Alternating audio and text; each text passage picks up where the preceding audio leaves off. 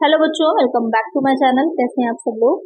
आज की वीडियो में मैं आप लोग के लिए अप्लाइड एंड बिजनेस स्टैटिस्टिक्स के एमसीक्यू क्वेश्चंस लेकर के आई हूँ। इससे पहले भी मैंने काफी वीडियोस अपलोड करी हुई हैं, चैनल पर प्लेलिस्ट बनी है जिसका लिंक आपको डिस्क्रिप्शन में मिल जाएगा, देख लीजिएगा। काफी अच्छे क्वेश्चंस मैंने वहाँ पर करवाए हैं। आज की वीडियो में भी ऐसे ही कुछ इंपॉर्टेंट और अच्छे क्वेश्चन रहेंगे। आप लोग के पेपर्स अच्छे जा रहे हैं। बहुत से बच्चों के पास कमेंट आए कि उनका पेपर बहुत अच्छा हुआ है, जो प्रीवियस वीडियोस मैंने अपलोड करनी थी आप लोगों के लिए इंडियन इकोनॉमी की। तो आई होप आगे भी पेपर आप लोग का जो स्टैटिस्टिक्स वाला है वो भी अच्छा ही जाएगा, बस अच्छे से तैयारी करिएगा।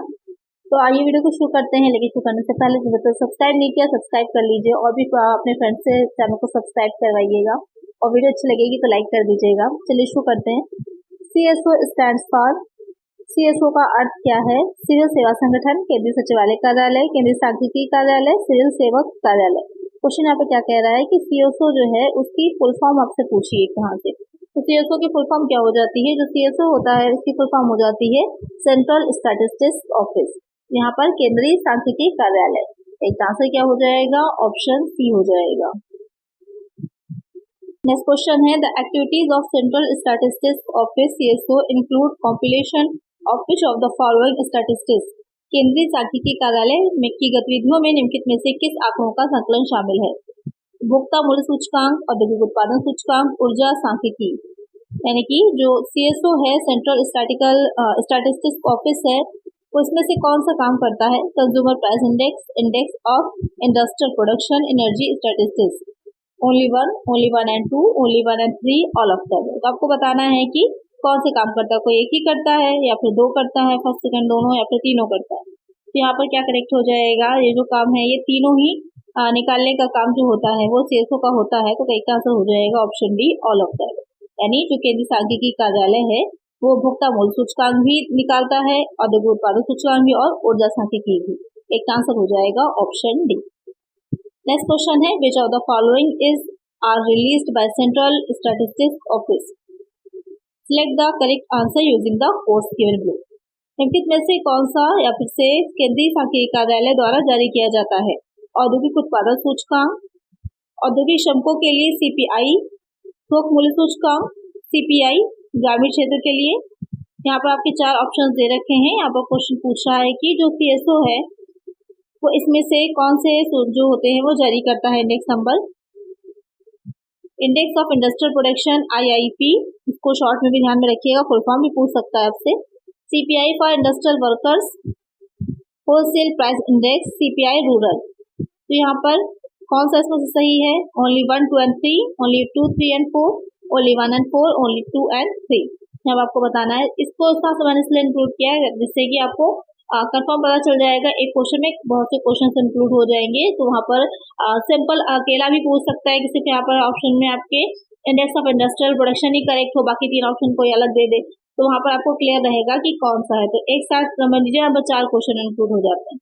तो जो क्वेश्चन कह रहा है कि इसमें कौन इंक्लूड है, तो यहाँ पर इंडेक्स ऑफ इंडस्ट्रियल प्रोडक्शन निकालने का काम होता है, अभी आपने प्रीवियस क्वेश्चन में भी देखा है।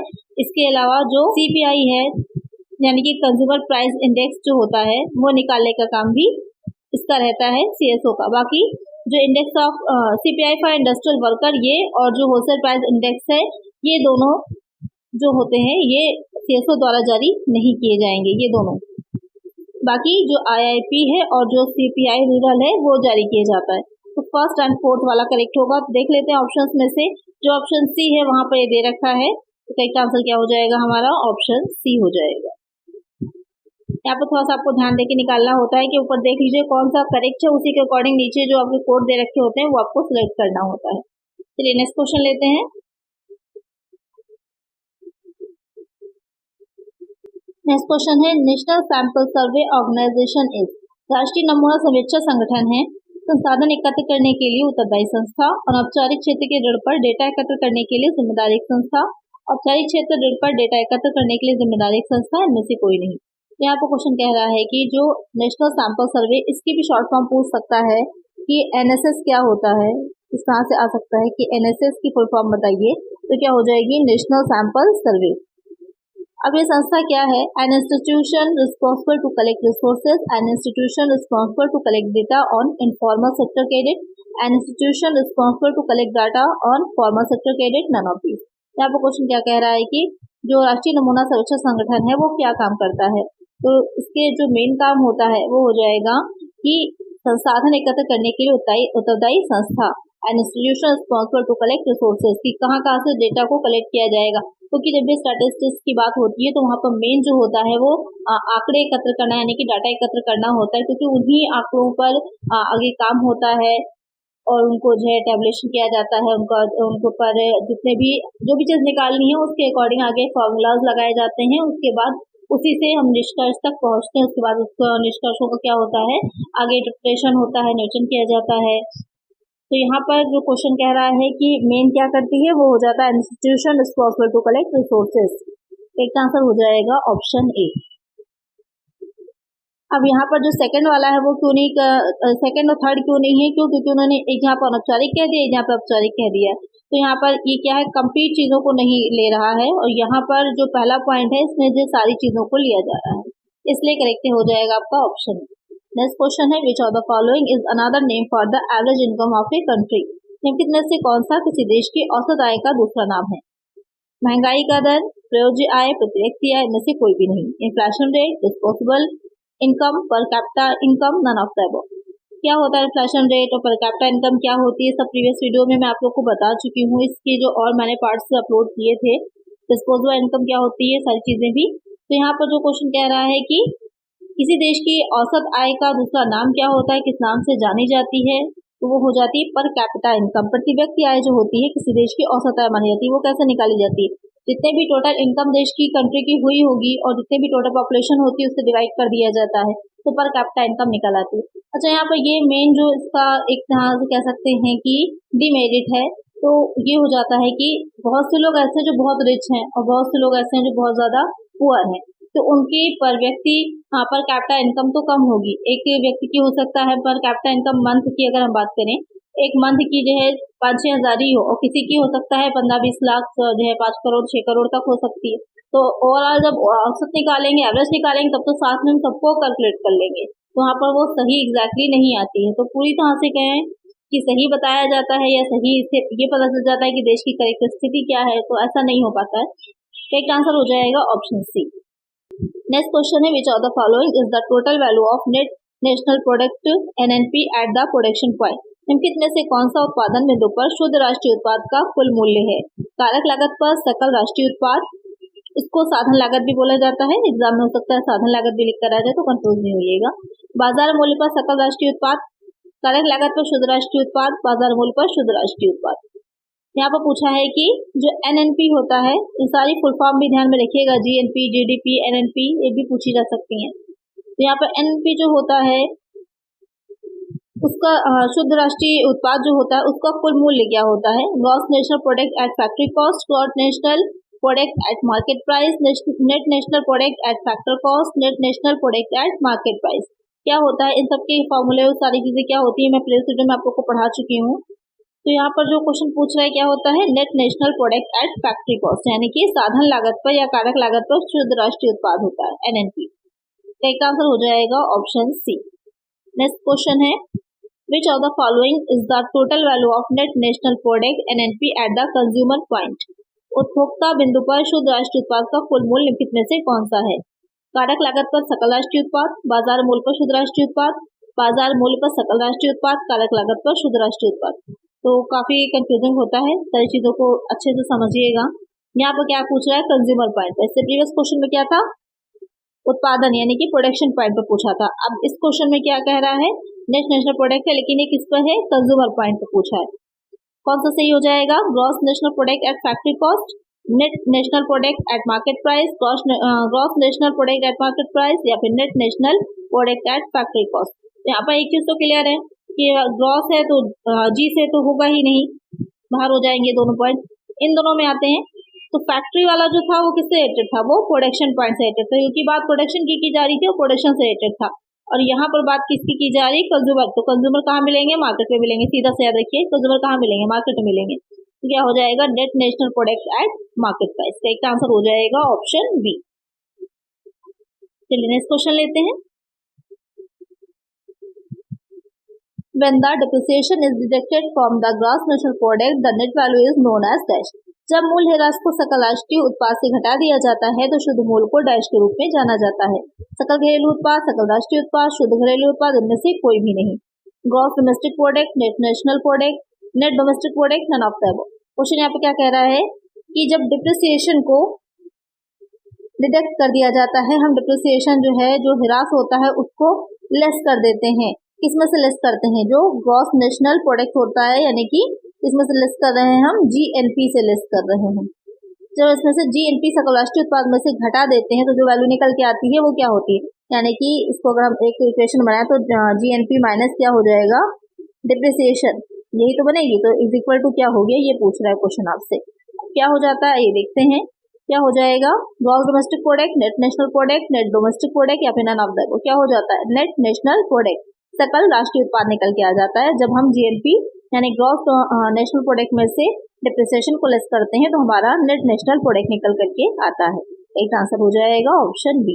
ये सारे फॉर्मूलाज को लर्न कर लीजिएगा। इससे प्रीवियस जो पार्ट मैंने डाले थे उसमें सारे आपको बहुत अच्छे से डिटेल में समझाए हुए हैं, तो उसको देख लीजिएगा। चलिए नेक्स्ट क्वेश्चन लेते हैं। When the depreciation is deducted from the gross domestic product, the net value is known as dash. जब मूल ह्रास को सकल घरेलू उत्पाद से घटा दिया जाता है तो शुद्ध मूल डैश के रूप में जाना जाता है। सकल राष्ट्रीय उत्पाद यहाँ पर कुल शुद्ध राष्ट्रीय उत्पाद होगा। शुद्ध राष्ट्रीय उत्पाद, शुद्ध घरेलू उत्पाद, इनमें से कोई भी नहीं। अब यहाँ पे क्या पूछ रहा है कि जब जीडीपी जो होता है, यानी कि ग्रॉस डोमेस्टिक प्रोडक्ट है, यानी जीडीपी। अब यहाँ पर डायरेक्टली फॉर्मूले के तौर पे भी आपसे पूछ सकता है, जीडीपी माइनस क्या डिडक्ट किया गया है? जीडीपी में से अब डिप्रिसिएशन घटाया गया है। तो जब जीडीपी में से डिप्रिसिएशन को घटाया जाएगा तब क्या निकल करके आएगा? तो यहाँ पर जब जीडीपी में से हम डिप्रिसिएशन को लेस करते हैं तो हमारा निकल करके आ जाता है नेट डोमेस्टिक प्रोडक्ट। वहाँ जीएनपी में से लेस कर रहे थे डिप्रिसिएशन को तो एनएनपी निकल रहा था। यहाँ जीडीपी में से डिप्रिसिएशन को लेस करेंगे तो एनडीपी निकल आएगा। सीधा सा है, यहाँ पर जी हटा करके बस एन हो जाएगा। यहाँ पर क्या निकल के आ जाएगा? एनडीपी। अब ये आपसे फॉर्मूले के तौर पर भी पूछ सकता है, GDP minus depreciation is equal to, तो आपको आंसर क्या लगाना है? एनडीपी, नेट डोमेस्टिक प्रोडक्ट, शुद्ध घरेलू उत्पाद। एक आंसर हो जाएगा ऑप्शन सी। फिर नेक्स्ट क्वेश्चन लेते हैं। विच of the following is the correct duration for the financial year in India? Bharat में वित्तीय वर्ष के निम्नलिखित में से कौन सी अवधि सही है?